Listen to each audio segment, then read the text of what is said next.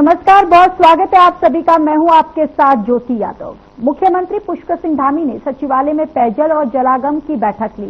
इस दौरान मुख्यमंत्री ने निर्देश दिए हैं कि आगामी 30 साल की आवश्यकताओं को ध्यान में रखते हुए राज्य में जल आपूर्ति के लिए कार्य योजना बनाई जाए। इसके साथ ही वर्षा जल संरक्षण और भू जल स्तर को बढ़ाने के लिए प्रभावी कदम उठाए जाए।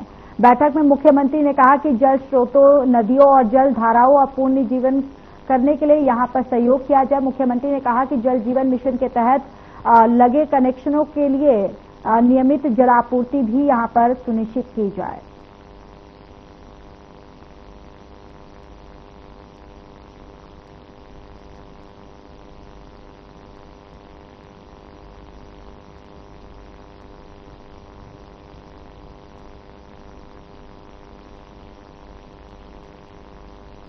मुख्यमंत्री पुष्कर सिंह धामी से यंग उत्तराखंड के सदस्यों ने भेंट की। मुख्यमंत्री ने गुलाबी शरारा गीत की सफलता पर पूरी टीम को बधाई दी और उन्हें प्रशस्ति पत्र भी प्रदान किया। मुख्यमंत्री ने कहा कि कलाकारों ने प्रतिभा और कड़ी मेहनत से हमारी लोक संस्कृति को बढ़ावा दिया है और गुलाबी शरारा गीत के 300 मिलियन से अधिक व्यूज ने सिद्ध कर दिया है कि राज्य के युवा प्रतिभाशाली हैं और उत्तराखंड की सांस्कृतिक धरोहर को आगे बढ़ाने में महत्वपूर्ण भूमिका निभा रहे हैं।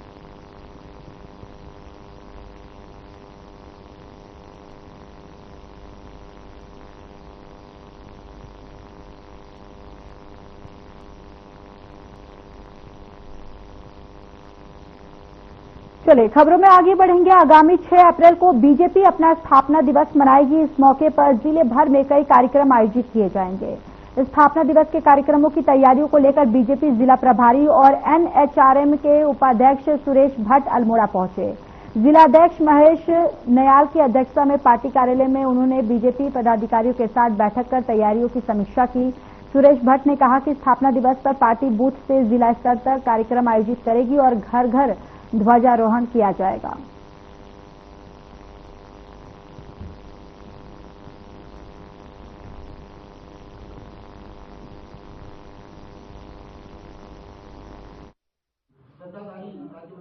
भारतीय जनता पार्टी में हर कार्यकर्ता को जिम्मेदारी मिलना, नई नई प्रकार की जिम्मेदारी देने से कार्यकर्ता का विकास, ये भारतीय जनता पार्टी की कार्यपद्धति का अंग है। आज अल्मोड़ा में भारतीय जनता पार्टी की बैठक संपन्न होने जा रही है। विशेष रूप से हम सब अपने आप को गौरवान्वित महसूस करते हैं कि हम ऐसी पार्टी के कार्यकर्ता हैं जो दुनिया की सबसे बड़ी पॉलिटिकल पार्टी है और जिसमें नरेंद्र मोदी जी जैसे दुनिया के सबसे ज्यादा लोकप्रिय और शक्तिशाली नेता जिसके नेता हैं, और ऐसी पार्टी का 6 अप्रैल को स्थापना दिवस होता है।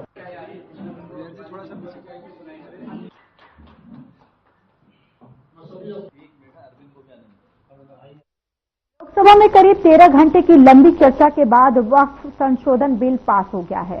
राज्यसभा से भी बिल पास हो चुका है। विपक्षी दलों ने बिल का विरोध कर काफी हंगामा भी करा। बीजेपी प्रवक्ता आरपी रतूड़ी ने कहा कि बीजेपी वोटों के लिए कार्य नहीं करती, वह सिर्फ जनहित के मुद्दे उठाती है।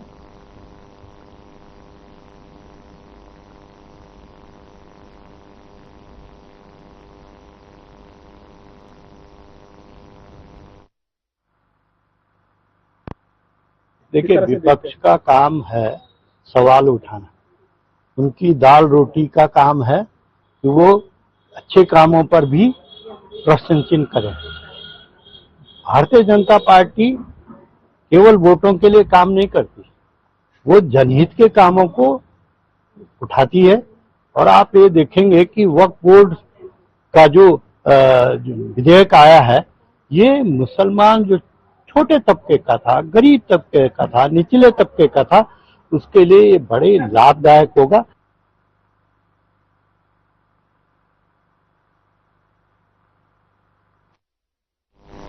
उत्तराखंड क्रांति दल ने और जेल में बंद अपने 2 नेताओं की रिहाई के लिए प्रदेश सरकार को चेतावनी दी है। कोटद्वार में उत्तराखंड क्रांति दल ने गुरुवार को तहसीलदार के माध्यम से राज्यपाल को एक ज्ञापन प्रेषित किया है और 7 अप्रैल से पहले यूकेडी ने नेताओं को जेल से रिहा नहीं किया गया तो यूकेडी 8 अप्रैल को मुख्यमंत्री आवास का घेराव करेगी।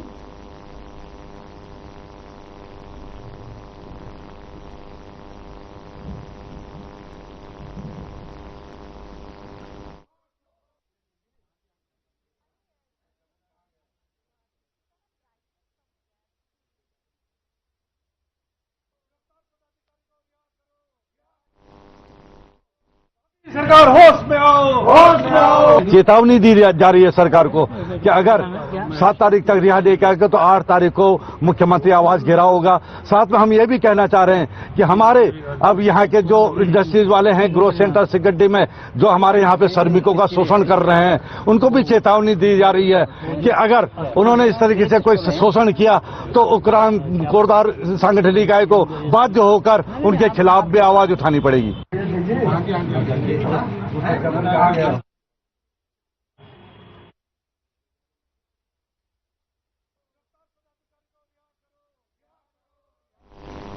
मुख्यमंत्री पुष्कर सिंह धामी ने विभिन्न विभागों के लिए दायित्वों का बंटवारा कर दिया है, तो वहीं दायित्व बंटवारे पर कटाक्ष करते हुए कांग्रेस प्रवक्ता गरिमा दसौनी का कहना है कि धामी को 3 वर्ष हो गए हैं। दायित्व बंटवारे को लेकर बीजेपी में अंतर कलह के कारण इतना समय लगा और साथ ही मंत्रिमंडल विस्तार पर भी सरकार द्वंद्व की स्थिति में है। धामी एक रबड़ की तरह है और प्रदेश सरकार केंद्र से चल रही है। और वही दायित्व बंटवारे को लेकर बीजेपी के प्रदेश प्रवक्ता आरपी रतूड़ी ने कहा है कि भारतीय जनता पार्टी एक संगठनात्मक पार्टी है और उनके कार्यकर्ताओं को आगे बढ़ाने का काम जो है वो लगातार किया जा रहा है।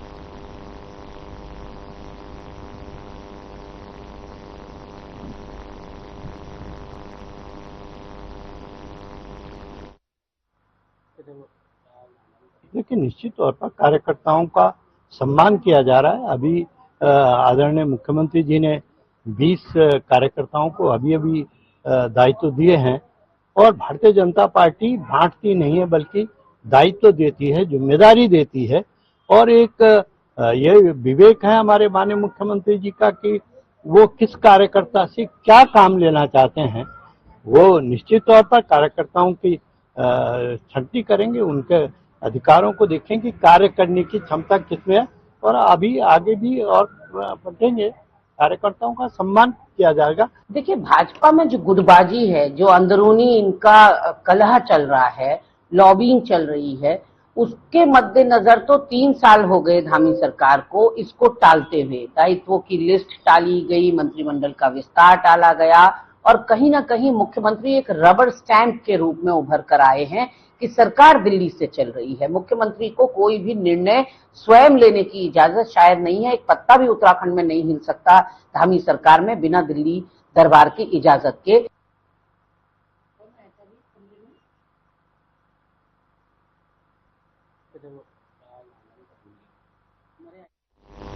बीजेपी द्वारा गांव चलो अभियान शुरू कर दिया गया है और जिसे लेकर बीजेपी प्रदेश प्रवक्ता आरपी रतूड़ी का कहना है कि भारतीय जनता पार्टी का स्थापना दिवस 6 अप्रैल को है और साथ ही 14 अप्रैल को अंबेडकर जयंती है, जिसके तहत इस अभियान की शुरुआत की जा रही है।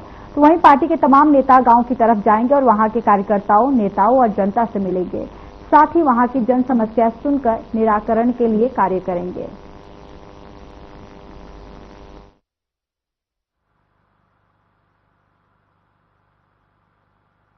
भारतीय जनता पार्टी के लिए ये बड़ा दिन है। 6 तारीख को हमारा स्थापना दिवस आ रहा है और 14 तारीख को अंबेडकर साहब की जयंती भी है। तो हम दोनों दिवसों को निश्चित तौर पर हर गांव जा करके अपने कार्यकर्ताओं से, अपनी जनता से रूबरू होने का काम हमारी पार्टी ने सोचा है। और ये निश्चित तौर पर हमारा प्रत्येक कार्यकर्ता, प्रत्येक नेता गांव की तरफ जाएगा और गांव की बात जनता से करेगा कि क्या समस्याएं हैं, क्या हम अच्छा कर सकते हैं। तो ये 2 दिन हमारे लिए बहुत महत्वपूर्ण दिन है। स्थापना दिवस को हम जोर शोर से मनाने का काम करेंगे।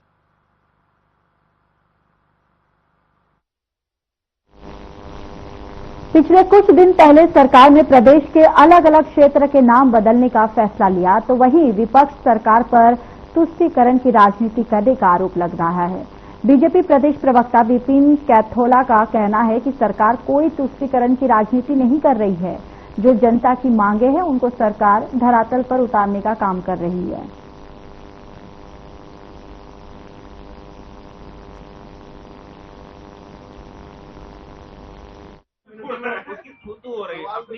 देखिए, इस देश के अंदर समाज को बांटने का काम और समाज को बांट करके राजनीति कर रोटियां सेकने का काम कांग्रेस कर रहा है।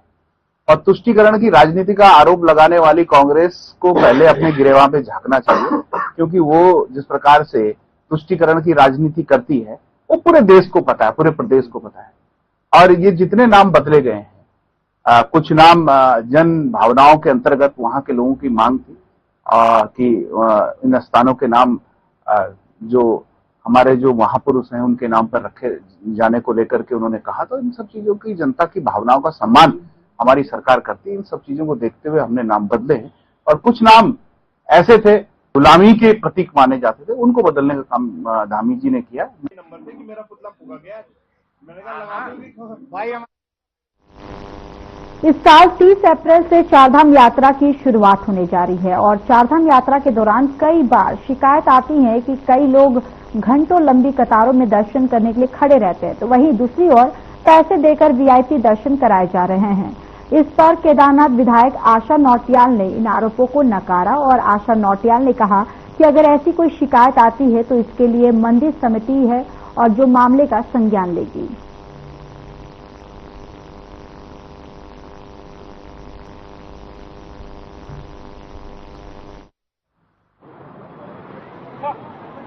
देखिए, ऐसी कभी भी कोई बात सामने नहीं आई है कि पैसे लेके दर्शन कराने वाली बात है। भक्त लोग आते हैं, अपने मंदिर में जाते हैं और भगवान के दर्शन करके वापस चले जाते हैं। लेकिन कभी यदि कोई कहीं पर ऐसी बात आएगी तो निश्चित तौर पर मंदिर समिति वहां पर है, उस पर जरूर मंदिर समिति द्वारा संज्ञान लिया जाएगा।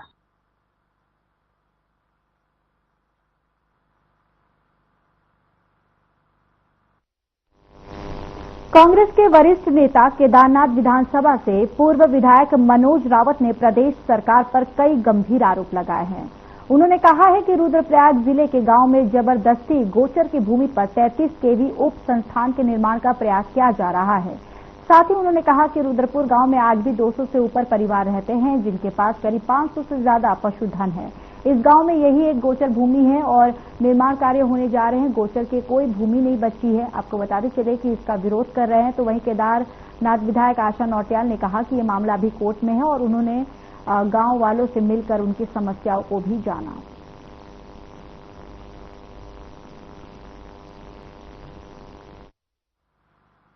देखिए, मैंने पहले भी कहा है कि मामला कोर्ट के विचाराधीन है, तो जब कोर्ट का डिसीजन उसमें आएगा उसके बाद हम आगे उस पर चर्चा कर पाएंगे।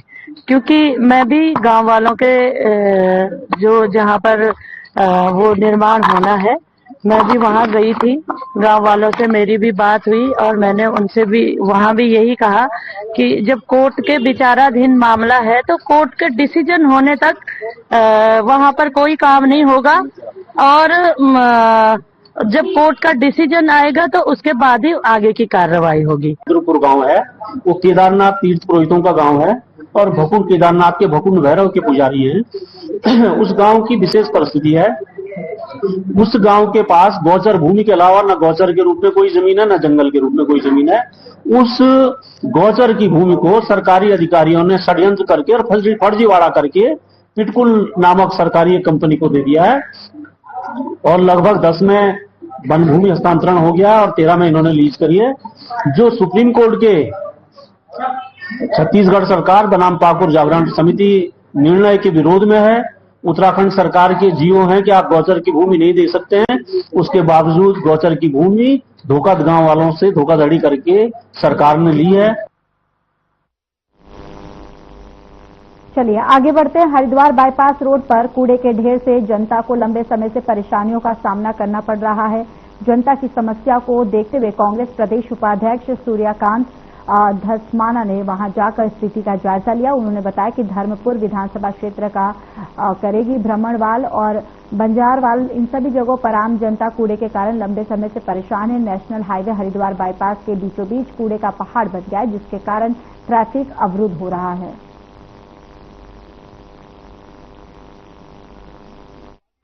घनी आबादी यहाँ पर है और घर पर जो कूड़े का लदान। देखिए, धर्मपुर विधानसभा क्षेत्र के कारगी इलाका, ब्राह्मण वाला इलाका, बंजारा वाला इलाका, उस क्षेत्र के लोगों का बहुत ज्यादा आक्रोश, जो नेशनल हाईवे में हरिद्वार बाईपास का हिस्सा है, उसमें सड़क के बीचों बीच, बिल्कुल बीच सड़क में कूड़ा का एक पहाड़ बना दिया गया, जिसमें सारा इलाके का गंद सारे इलाके का कूड़ा, हर तरह का कूड़ा वहां पर डाला जाता है। वहां पर कूड़ा डल रहा है और कूड़ा फिर उसके बाद निस्तारण की भी प्रक्रिया चल रही है। पूरा रास्ता जाम रहता है।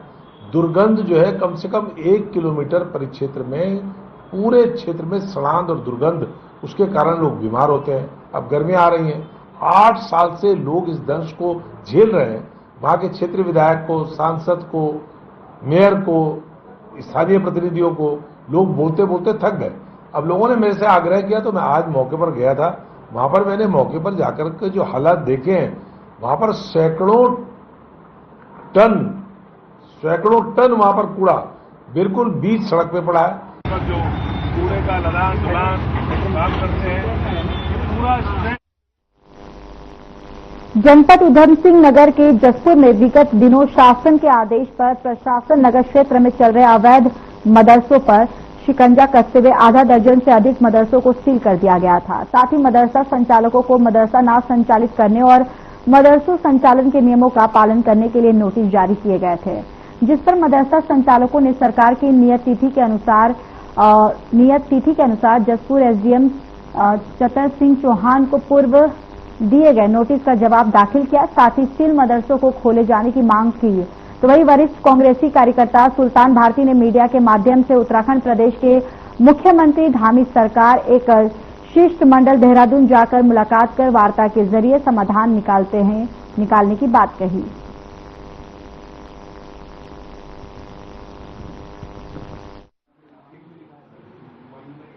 हमारा कहना यह है कि शायद उत्तराखंड सरकार के मुखिया जो हैं हमारे माननीय मुख्यमंत्री जी, उनको कुछ लोगों ने गुमराह कर दिया होगा, तो शायद संभवतः ये कार्रवाई हो गई, क्योंकि हाई कोर्ट से आज रिलीफ मिला है काफी लोगों को। हरिद्वार के कुछ लोग जनहित याचिका लेके गए थे तो हाई कोर्ट से रिलीफ मिला है। हम भी शीघ्र ही एक शिष्टमंडल लेके अपने माननीय मुख्यमंत्री जी को अवगत कराएंगे, अपनी परेशानी से बताएंगे, तो संभव है वो समझेंगे और पूरे उत्तराखंड को उसकी राहत मिलेगी। हमें आज की तिथि नियत थी कि आज तारीख तक आप अपना नोटिस का जवाब दाखिल कर दें और मदरसों के खुलने के संबंध में हमने जो नोटिस दिया है उसके अंतर्गत हमारा कहना ये है कि जिन मदरसों में ये दीनी तालीम दी जाती है, इनको एक्चुअली मदरसा नहीं कहते, ये मकतब होते हैं और ये कहीं ना कहीं एक शब्द का हेरफेर है। और मदरसे की कैटेगरी पूरा करने के लिए तहतानिया, फुकानिया और मुंशी मौलवी की पढ़ाई होना जरूरी है। वही बिल्डिंग्स, वही इमारतें जो हैं इस मदरसे। सांस्कृतिक नगरी अल्मोड़ा में 9 संवत्सर और चैत्र नवरात्र पर हिंदू सेवा समिति ने नगर में सांस्कृतिक शोभा यात्रा निकाली, जिसमें महिलाओं, स्कूली बच्चों, कलाकारों के साथ ही कई लोगों ने शिरकत की। भजन कीर्तन गायन से माहौल पूरा भक्तिमय रहा और सिद्धनौला से शुरू हुई यात्रा नंदा देवी मंदिर पहुंची, जहां कुमाऊनी संस्कृति और आधारित उनके अनेक कार्यक्रम प्रस्तुत किए गए।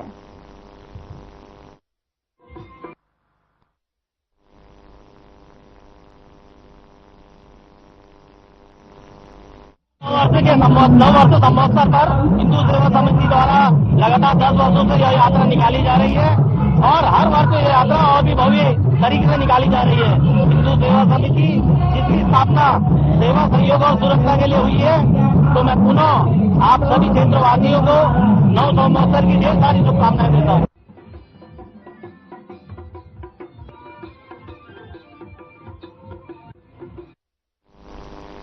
उत्तराखंड वक्फ बोर्ड के अध्यक्ष शादाब शम्स ने वक्फ संशोधन बिल को लेकर बड़ा बयान दिया है। सोशल मीडिया पर आलोचना के साथ साथ कुछ लोग सराहना भी कर रहे हैं। वायरल वीडियो में उन्होंने कहा कि गरीब मुसलमानों को प्रधानमंत्री नरेंद्र मोदी से उम्मीद है और इसलिए हमने इस बिल का नाम उम्मीद रखा है। उन्होंने केंद्रीय मंत्री किरण रिजिजू को उम्मीद की किरण बताया। उन्होंने आरोप लगाया कि पूर्व की सरकारों और अध्यक्षों ने वक्फ को लूटा है।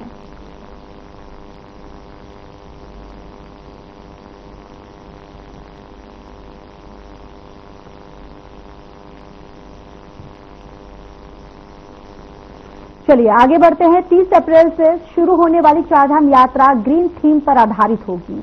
मुख्यमंत्री धामी के आदेश के बाद पॉल्यूशन कंट्रोल बोर्ड ने तैयारी शुरू कर दी है। पीसीबी के सदस्य सचिव पराग मधुकर धकाते ने बताया है कि सिंगल यूज प्लास्टिक को पूरी तरह से प्रतिबंधित कर दिया जाएगा, यानी कि बैन कर दिया जाएगा। इसको लेकर जिलाधिकारियों समेत अन्य विभागों को भी निर्देशित कर दिया गया है। खासतौर पर प्लास्टिक की बोतल और कचरे के लिए डिजिटल डिपॉजिट रिफंड सिस्टम की मुख्य सचिव आनंद बर्धन ने परिवहन विभाग को राज्य में प्रस्तावित सभी रेल परियोजनाओं की स्थिति पर अपडेट देने और वर्तमान में संचालित रेल परियोजनाओं में आ रही बाधाओं समस्याओं पर बिंदुवार रिपोर्ट देने के निर्देश दिए। उन्होंने देहरादून सहित सभी रेलवे स्टेशनों के अपग्रेडेशन भी यानी कि इसके लिए भी बोला है और साथ ही आपको बताते चले कि प्रोजेक्ट में संबंधित मुद्दों पर रेल मंत्रालय, आरबीएनएल सहित संबंधित संस्थाओं से प्रभावी समन्वय के निर्देश दिए गए। मुख्य सचिव ने कहा कि राज्य दुर्गम पहाड़ी क्षेत्रों का रेल नेटवर्क से संयोजन राज्य के औद्योगिक और आर्थिक सामाजिक विकास, विश्व प्रसिद्ध धामों तीर्थ में वर्ष भर श्रद्धालुओं के सुगम आवागमन और सामरिक महत्व के दृष्टिगत रेलवे का अवसंरचना का राज्य हेतु अत्यंत महत्व है। परिवहन विभाग ने जानकारी दी है। आपको बताते चले कि कर्णप्रयाग सहित 2 परियोजनाएं वर्तमान में संचालित की जा रही हैं।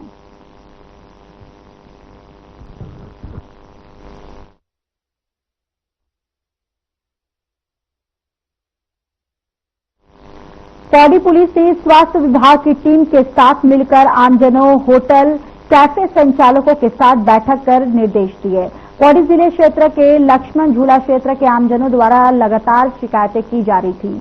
लक्ष्मण झूला क्षेत्र में सार्वजनिक स्थानों जैसे गंगा घाटों, धर्मशालाओं, होटल, कैफे आदि स्थानों में लोगों द्वारा धूम्रपान किया जा रहा है और जिसके कारण स्वास्थ्य के साथ साथ लोगों की धार्मिक भावनाएं भी आहत हो रही हैं।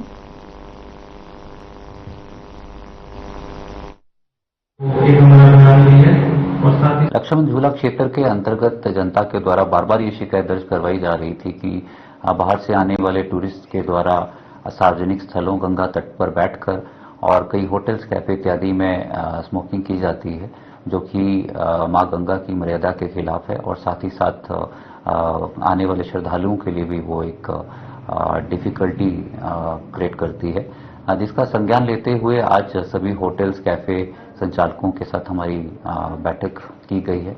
हमारी मेडिकल टीम्स और पुलिस की टीम्स के द्वारा भली भांति सभी को ब्रीफ किया गया है कि किसी भी प्रकार से गंगा तट पर बैठकर और गंगा तट पर बने हुए सभी होटल्स, कैफे, रेस्टोरेंट में जो ओपन में स्मोकिंग की जाती है वो प्रोहिबिटेड है। यदि किसी कैफे, रेस्टोरेंट्स या फिर सार्वजनिक स्थलों पर किसी व्यक्ति के द्वारा इस धूम्रपान किया जाता है तो ऐसे व्यक्तियों की कोर्ट पैक्ट में कार्रवाई की जाएगी। 699 तो अगर आपके संज्ञान में कोई बात आती है तो आप मैसेज व्हाट्सएप पे तुरंत कर सकते हैं।